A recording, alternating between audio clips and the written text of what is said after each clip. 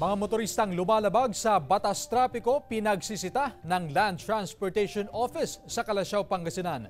Sundan sa report. Maagang pumwesto sa kahabaan ng Barangay Banawang, Kalasyaw, Pangasinan ang mga kawani ng Land Transportation Office para sa roadside inspection. Pinara ang mga motorista. Sinita ang mga driver at sakay na hindi nakasuot ng seatbelt. Inisyuhan ng citation ticket ang driver na si Ariel.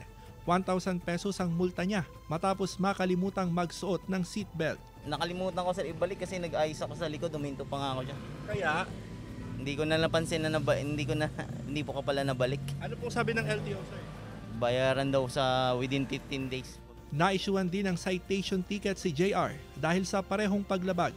Siya po sir, hindi po nakalimutan po yata sir. Oo, Kaya nahuli po.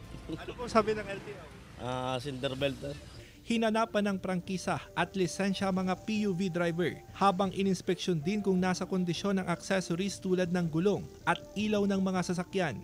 Problema rin ng LTO ang dumaraming bilang ng mga unregistered vehicle. Yes sir, marami pa rin po ang hindi nakarehistro na mga motor at mga sasakyan sir na nagtatravel sir. Paigtingin po ang aming operasyon laban sa mga yung mga hindi nakarehistro at yung mga defective lights ganun sir. Tiniyak ng LTO na magpapatuloy ang mga roadside inspection sa lalawigan. Kasama si Daryl Peralta, Russell Simorio, One North Central Luzon.